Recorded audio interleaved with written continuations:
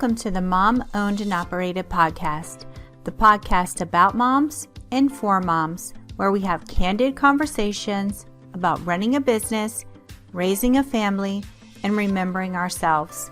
I'm your host, Rita Suzanne, a single mom of four, digital strategist, and provider of no-nonsense business strategies and tactics.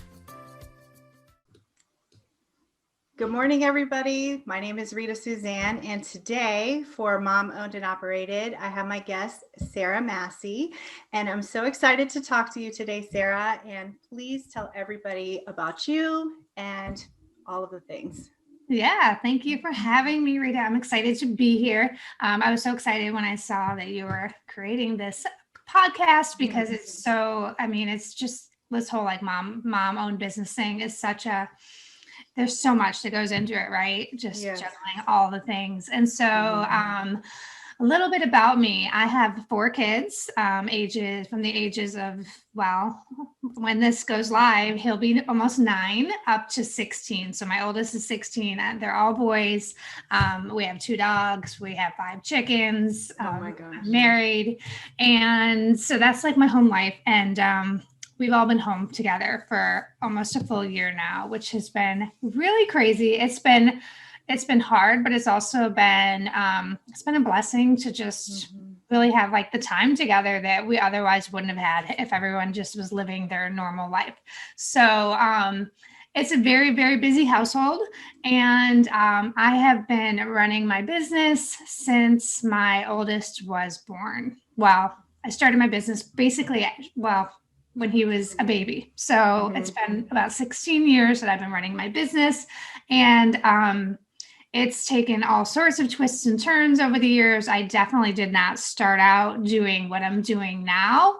I've learned so much over the years, and but I wouldn't trade any of it. Like all of the things that I learned have all contributed to where I am right now in my business. So tell us, what is your business? Yeah. So I started, a quick backstory. I started out, basically, I was in corporate and I knew that my son was born. I knew that I wanted to be home with him. And this was back in 2005. So we're going way back to like pre-Facebook. There was no social media. The internet was like still new, I felt like, and I knew I wanted to work from home. But I didn't want to do direct sales, and I just wasn't really sure what to do. So I started looking into things like eBay, like selling clothes on eBay. And I wound up doing an online boutique, selling baby and children's like gifts, which was really fun. So I did that for a while. And then I got into the blogging world. I had a mom blog. I did a bunch of little things like in the whole blog world and the baby world. And then it was around 2010 that I realized that all of these little things that I did, the one thing they had in common was like the development and the evolution of a brand. And so that was like the most fun part for me. And that's why I did so many different things, because I was like, I just loved bringing brands to life and like creating the assets that go with a brand. And so that's when I realized my true calling was branding and design. And so that was around 2010. And so I've spent the past 11 years in the world of branding. I learned web design and have just, worked with hundreds of clients developing brands and websites. And then most recently, in the past few years, I actually started, and I know you are familiar with this, I started offering my design services via a day rate business model, which totally like took my business to another level as far as it gave me back my time.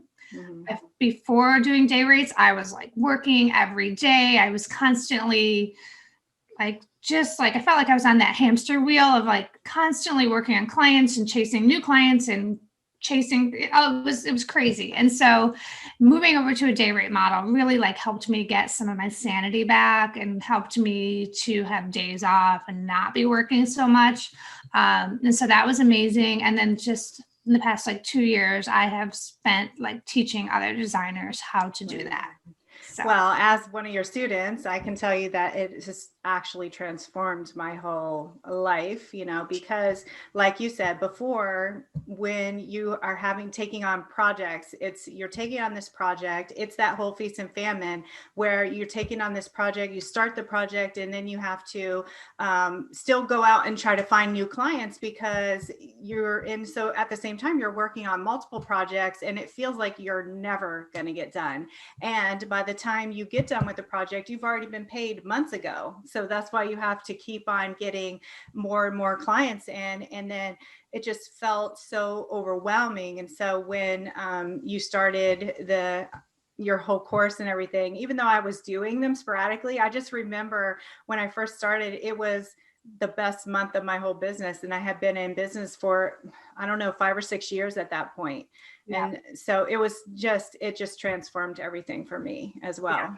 Yeah. And it really, I mean, the beauty of it as a mom is that it does give you back more of your time too. So not only is the money better, but you're making more, but you're also, now you have a very clear picture of what days you're going to be working, so you can get childcare, or if your kids are in school, you line it up so that you do them while they're in school. But it's just really streamlined things for me. It made me be able to go on vacation and not have to worry about clients or sales or anything while I was away. So yeah, it's been amazing. I know I started booking out days where it's like, okay, I'm not even working this whole week. It's like, it's so different. And the thing that I love about it is not just for us as designers, even your assistant is now transforming her business into a day rate model as well, right? Yeah, she does. Well, she does course. She's actually transitioning out of VA work and doing course setups, but we have a lot of people in the course who do systems setups, CRM setups. So really any kind of work that you can do in a compressed amount of time can be done in this model. I love it. So tell us about, what does your typical day look like, especially with 4 boys and they're being homeschooled and you're trying to run your business, even though it's more streamlined, there has to be, it has to be a lot going on over there. It's a lot. It's constantly so everyone's home. So for anybody listening to this, I am in North Carolina and our kids. So we are now in month 11 of no school. Mm-hmm. So they are virtually schooled. So I'm not homeschooling them. They have a curriculum through our school district, but they are at home. And, it was definitely a struggle. Well, of course, when, lockdown started in March, everybody was struggling. Nobody knew what was going on. It was just kind of like a free for all for everyone, I felt like. But then starting the school year in the fall, I felt like it was going to be more organized, and it was very hard because my little ones still need help. They can't sit and stay focused and know what to do all day.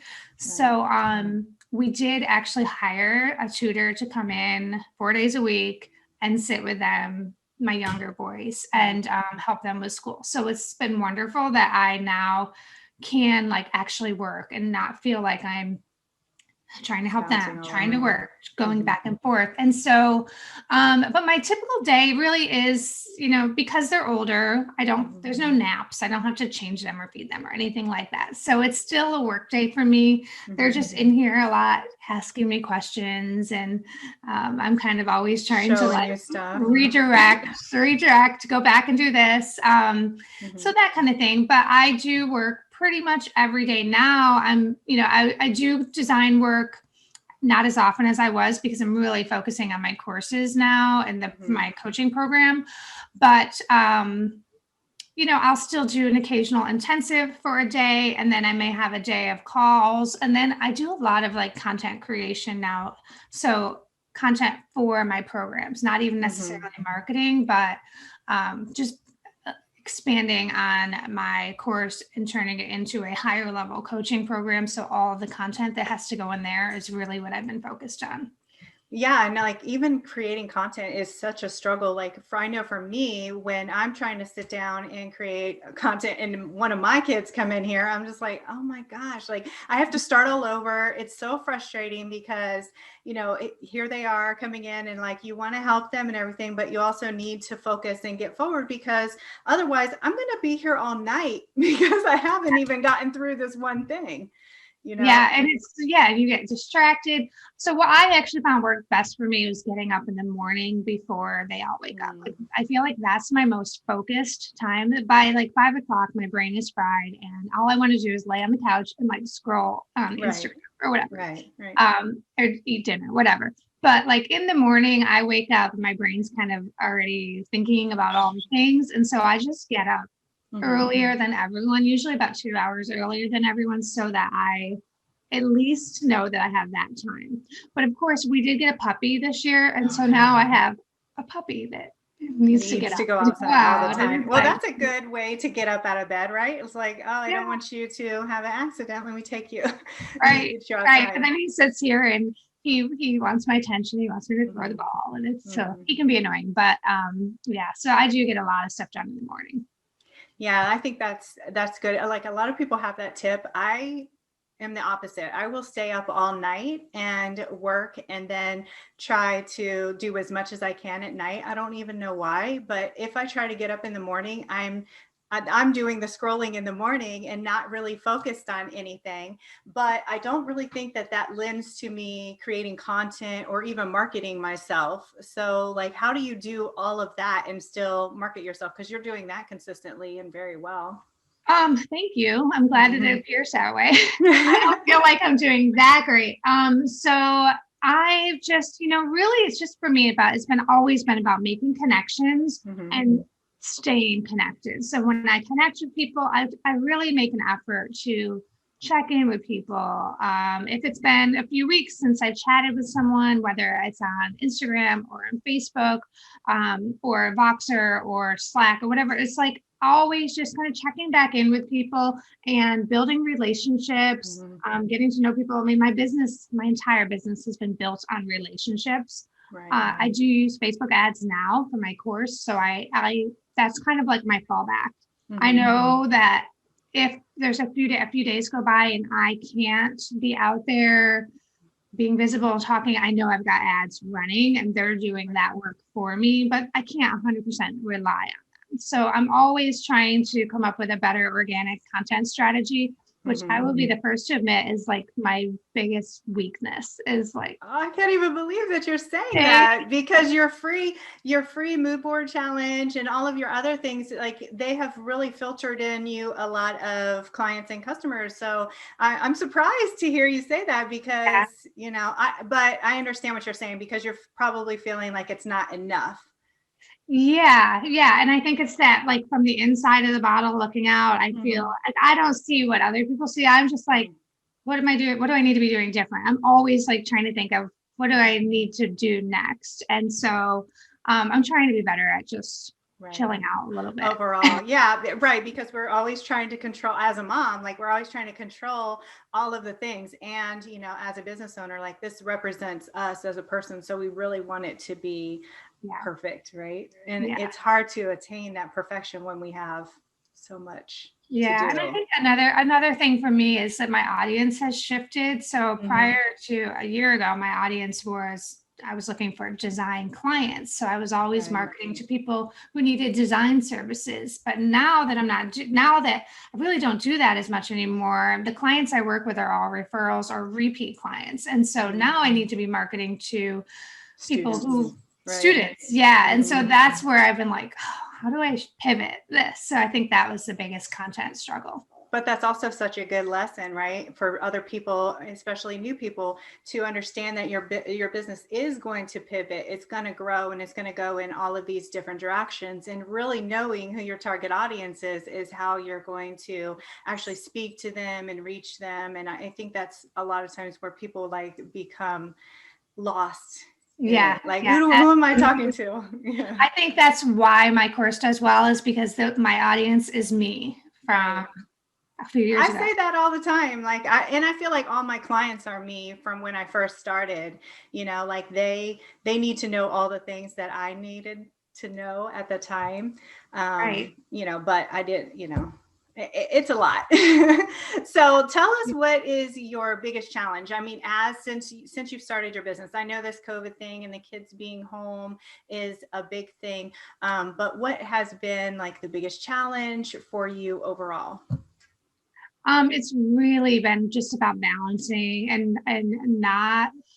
I struggled with a lot of guilt for a long time because I started my business when my oldest was a baby, and so I hustled. Like I definitely had that hustle mentality for a long time, and it was like always trying to decide between work and leaving my kids in front of the TV so that I could work a little bit more, or not paying attention to my husband because I needed to work all night, or just that like the kids would come talk to me and they would say something I have no idea what they just said because I'm focused on work. And so that's always been my biggest struggle. It's still a struggle, but I do feel like now my business is set up in a way that's more manageable, and I don't have as much. I'm not working every single day at the level that I was before. So I have a lot more balance now. Also, being okay with like hiring help, like outsourcing things that are not things that I want to be doing, like cleaning and that kind of stuff. Grocery shopping. I have my groceries delivered now, and so that's really helped. So just trying to get rid of all those extra mom things that I don't need to be doing anyway, and not feeling guilty about it. Right. Yeah. Because my main thing is like, oh, I'll just get help in my business. But then when we talked, I was like, oh, maybe I should get help in the house more so. And that will help me focus more on my business, because even getting help with your business, you have to train somebody how you want it done, Yeah. And that takes a lot of time. It was so much easier to hire a tutor for the boys, get my groceries delivered, have someone come and clean every other week. Just like all those little things. We even started doing like a meal delivery, and that has been really fun.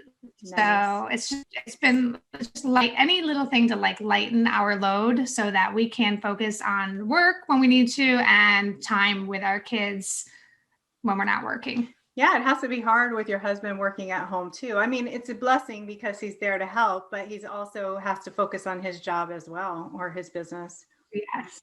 Yeah. It's been interesting. He thought he would be able to help more, but he needs to work too. So yeah. So my next question was about balance and how you're balancing everything, but I feel like you've already answered that, except you haven't really talked about how you're balancing like your self-care and like things for you. That's such a good question. And I need to be doing better at it. I will say we're recording this in February, which is my least favorite month.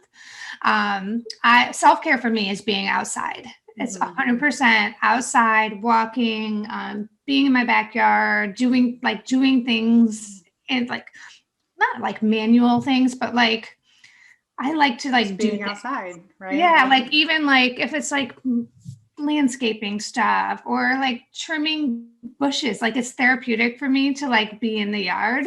And so I can't do that right now, and so I'm inside. It's too cold for me to go outside, even though I'm in North Carolina. There's no snow here. I was gonna say it's snowing here. Like at least you're gonna get to that warm weather a lot sooner than I am. I mean, because I'm in Ohio and it's literally covered in snow out here, and I hate it. I need to move back to California or North Carolina or somewhere else.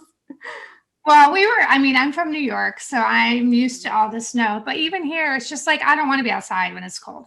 But so aside from like the colder months here, which is not very much, but I like to go hiking, and we have a place nearby where actually one of my girlfriends and we were meeting there at 7 a.m. every morning and doing like an hour like hike through the woods.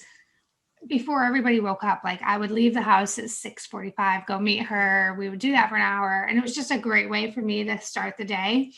So I love doing that. And just really taking time for myself at night now has been like my self-care. After dinner, I let the kids play Xbox and I can just really just relax. I just lock myself in my room and then I'm like, leave me alone. Please just give me 15 minutes. And then I'll just sit here and do nothing. Lay on my bed and scroll. That's what I do. And for me, it's just relaxing. And so, that's it right now. Yeah, I completely understand that. Okay, so day rates has completely changed your life, and you tell me, like, what could you do in one day? So for instance, I do, like, the way that I've structured my days now is on Mondays I'm preparing like marketing stuff, on Tuesday I'm doing client stuff, Wednesday, and so on. And so that's kind of helped me stay a little bit more focused. But tell me, like, what can you do in your days, like an 8-hour day in Mhm. a day rate? Yep. Does that get overwhelming, or? It definitely takes practice. I know, like, the first few that I did, I was so nervous that I wasn't going to be able to get much done. I wasn't sure how fast I would be able to work. And I kind of, well, you know that I always preach, like, do it messy, just do Like the thing, this. take imperfect action and just do the thing. And so the biggest thing is to test it out and just find people who will be your, like, guinea pigs, and test it and see how much you can get done. So Right. I like to tell people to really take, like, what are people always asking you for? What are you getting emails about? Oh, like, can you do this, this, and this? And it might be something that you would have had to create like a custom proposal for. And for me, it was someone who emailed me and said, I need this, this, this, this. And I was like, I don't want to create a proposal. I don't have time to create a proposal. How about you just pay me for a day, and we'll get as much done as we can. And that's how it started for me. So I like to say, figure out what people are asking you for. What is something that you really enjoy? Is it something that you enjoy? Because you're going to do it all day. You really need to enjoy it. And is it like a profitable service? Are people paying good money for this service? So those are like the three things you want to consider, and then just testing it out. For me, what I found, like I said, the first few were, I was like, well, we can do like a 2 to 3 page website in a day. But if you need branding, we're going to need to do another day. But now what I really love doing is like a mini brand and then like a 3 to 4 page website. And I can typically get all of that done in a day. And it comes down to giving them the appropriate prep work, making sure that they're prepared before the day starts, making sure I've gathered everything that I need so that on the morning of, we can just like hit the ground running and get it all done. So that's typically what I do in an 8-hour day, is like a simple text logo. I help them finalize their colors based on their prep work and the mood board that they create. And then we build out their website in the day. Some people will book another day if they want more of like branding assets or like a more involved or evolved brand. But that's typically it. But I mean, like I was saying, I have people doing in my course, I have people that are doing all different things, like all different types of platforms. Some people are setting up ClickUp project management systems, Airtables, Kajabi websites, Kajabi courses, Memberval, all of those things we have people doing in a day. And it just really comes down to, what is like your core offer, like all the things that you offer, and then how do you chunk it down into day-long like compartments? I love that too, because a lot of times people try to offer like all the things, right? And so it's like, oh, I can do everything for you. But by doing the day rates, you really get to see like what people want from you, what they need. And then you can just basically take out the stuff that nobody's really asking for. And I think that alleviates a lot of the pressure off of you as well, because a lot of times we're trying to how can you market all of the things when, and reach your target audience when it's almost diluted by all of the things that you're trying to do at once. Yeah. Well, I mean, for me, like once I got really clear on that like MVP model, which is like the mini brand with the website, then I started doing more of them. So then my portfolio started building up with that specific type of project. And so the more you can build your portfolio with similar work, and then you're so much more clear in your messaging and your marketing, because you know exactly what you're delivering. People know exactly what they can get from you. They can see the results. I mean, the one thing, and I know you know this, the one thing I tell everyone though is never promise deliverables. Like if you're going to do a day rate, you don't want to say, I can build you a 5-page website in a day, because if you're doing creative work, the outcome is dependent on your client approving it. And so if you say, I can build you a 5-page website in a day, what if the client isn't happy with it and they want changes? Or what if like they get halfway through the day and they completely change their mind? You don't want to promise anything, because then you might be stuck working for another day or two to finish it up. So you have to be very clear, like, you're booking me for a day and we're going to get as much done as we can. And this is typically what I can get done in a day, but every client's situation is going to be unique. So that's just, I think that's very important too. And setting boundaries and being able to say to them, okay, we're only, this is where we are, and you're going to have to add on more time. And I think that even if you're super clear, I've had situations where I feel obligated to like finish the project because, I just feel obligated, but I've stopped myself from doing that. And then I'll just give them an update a couple of hours beforehand and say, okay, this is where we are. This is what I think I'm going to be able to finish. Anything after that is going to cost you another day or a half day. And I feel like people are really receptive to that. Although, it can be intimidating and scary for the service provider, because we're like, I don't want to make them mad. I don't want to create a problem. But it's interesting how everything changes once you get that confidence to say, like, this is where it is and this is what we're doing. Yep. Yeah. And I think it really comes down to being clear, like from the get-go. When you're on that discovery call with someone, just don't ever promise an outcome. You can always say, like, this is typically what we can get done, but I never want to guarantee anything because what I just said. And so I think just setting that boundary from the moment you talk to the person before they even pay you is very important. And then it makes it so much easier on the day of to say that. Right. Here's where we're at, and we're going to get this much done, but I really think you need another half day. And like most of the time they're more than happy because they're thrilled with how much you've already gotten done.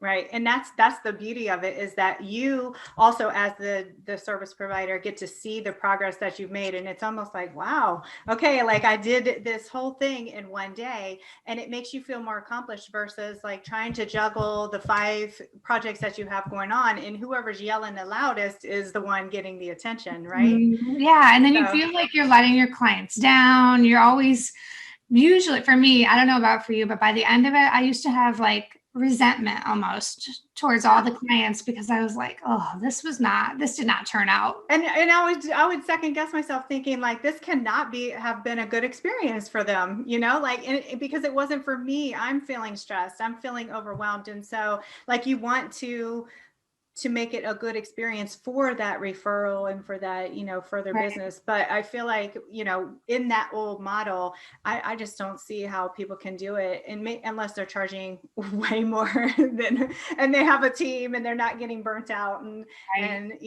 so maybe all of those factors can make you not feel so overwhelmed by all of the things. Yeah.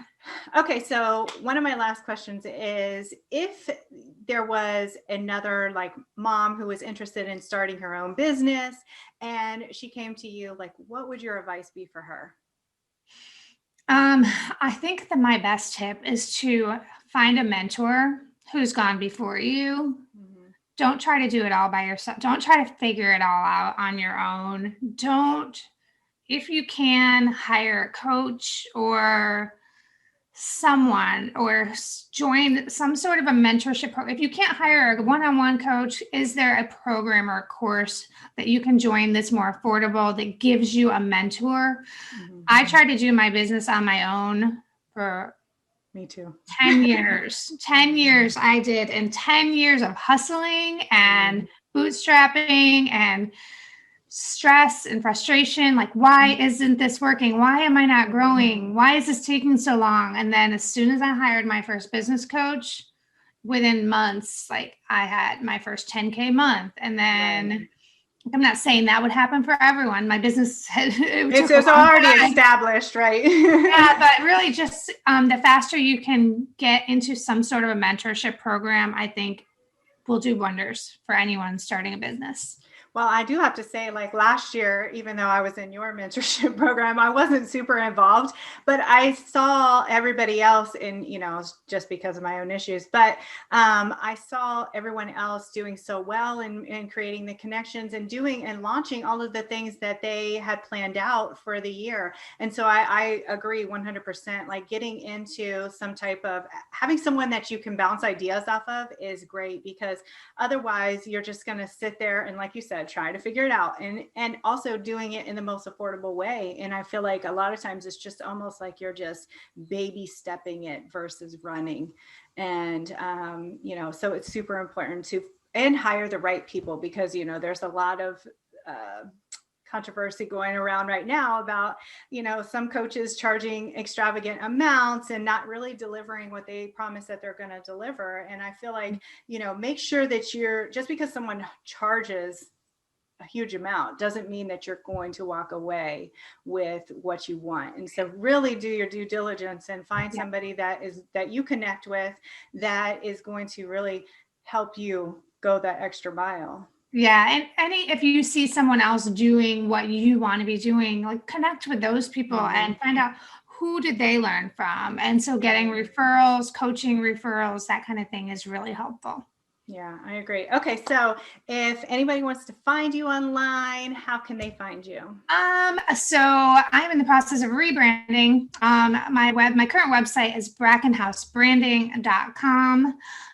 If anyone wants to learn about day rates, they can go to dayratemagic.com, and I have a free masterclass that I go into depth about how to get started with them, what you need to do first, how to price your day rates. I have a pricing calculator in there. So if anybody wants to check that out, that's probably the best place. And then I'm also on Instagram at brackenhousebranding. Yay. Thank you so much, Sarah. It's been so amazing just sitting down and talking to you, as always. Thank you, Rita. I appreciate it. This was fun. Yay, thanks. And there you have it. I want to encourage you to remember that being a mom who runs her own business is not easy. We all struggle, but just keep moving forward and don't forget to make time for yourself. As moms, we are usually the first thing to go to the bottom of the list. If your business is overwhelming you and you need real solutions, not just some sugar-coated suggestions, apply to work with me at ritasuzanne.com/apply.